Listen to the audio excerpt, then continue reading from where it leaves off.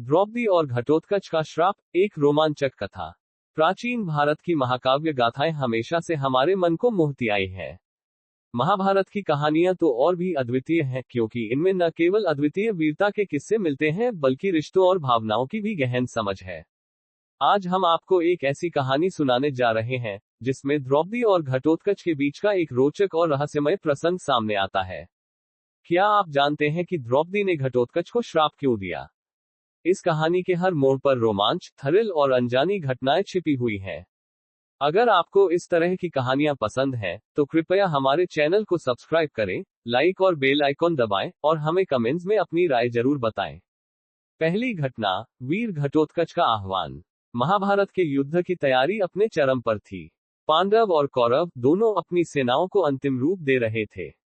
उस समय अर्जुन की अनुपस्थिति में पांडव सेना पर एक बड़ी विपत्ति आ गई थी। कौरवों की सेना में कर्ण और दुशासन जैसे योद्धा तबाही मचाने पर उतारू थे। ऐसे समय में भीम के पुत्र घटोत्कच का आह्वान किया गया। जैसे ही घटोत्कच युद्ध भूमि में आया, उसकी विशालकाय काया और उसकी मायावी शक्तियों ने कौरवों की सेना में हड़कंप मचा दिया। कर्ण और दुशासन जैसे योद्धा भी उसके सामने टिक नहीं पाए। घटोत्कच का प्रवेश इतना प्रभावी था कि कौरव सेना में भय का माहौल बन गया। उसकी वीरता के किस्से हर दिशा में गूंजने लगे। लेकिन जैसे जैसे युद्ध आगे बढ़ा, घटोत्कच के जीवन में एक ऐसा मोड़ आया, जो उसे द्रौपदी के श्राप की ओर ले गया। दूसरी घटना, भीम और द्रौपदी का संवाद। घटोत्कच के युद्ध कौशल की प्रशंसा करने के बाद भीम द्रौपदी से मिलने गए। द्रौपदी, जो हमेशा पांडवों की जीत की कामना करती थी, आज कुछ असहज थी। भीम ने उनसे इसका कारण पूछा, तो द्रौपदी ने बताया कि घटोत्कच के आने से युद्ध की दिशा बदल तो गई है, लेकिन भविष्य में इससे एक बड़ी विपत्ति आ सकती है।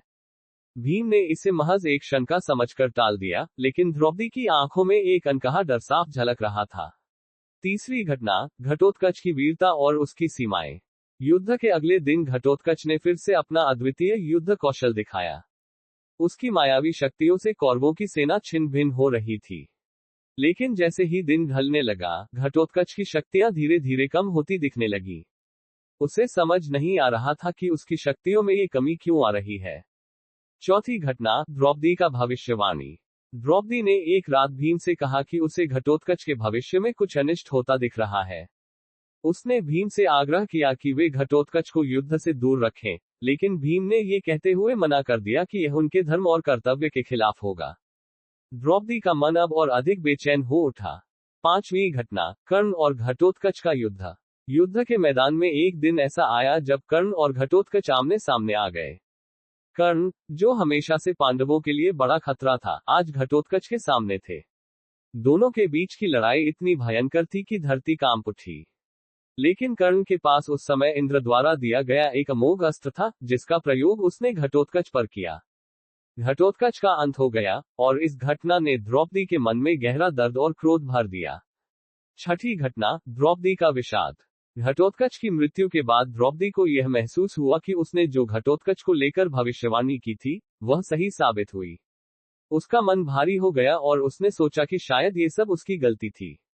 सातवीं घटना, घटोत्कच का प्रकट होना। घटोत्कच की मृत्यु के बाद एक रात द्रौपदी को उसका सपना आया। सपना ऐसा था कि घटोत्कच स्वयं द्रौपदी के सामने आकर खड़ा था। उसने द्रौपदी से कहा कि उसकी मृत्यु आवश्यक थी ताकि पांडवों की विजय सुनिश्चित हो सके। आठवीं घटना, द्रौपदी का श्राप। द्रौपदी के मन में घटोत्कच के प्रति दया के भाव तो थे, लेकिन उसकी अकाल मृत्यु ने उसके मन में गुस्से की भी भावना जगा दी।